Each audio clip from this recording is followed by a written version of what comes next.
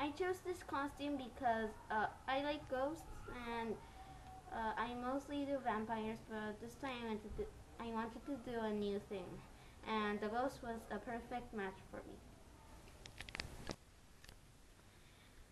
This is my Halloween costume. It names Evil Jester, and I choose this because this this color is red and blue, red and black. It's my favorite color almost, and it mixed, so it looks really cool. Yeah.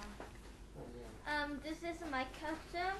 I choose is because the I run English class. The code of the wolf is this the code of the wolf. Is so I choose this costume. I Today I wear this costume. This costume name is the Phantom of the Darkness. We wear this on the clothes and we do head like this and like this. Then our face is like really black. I picked this costume in Party City because in Party City in my Pokemon this costume was really cheap. I like it. I like it, this costume.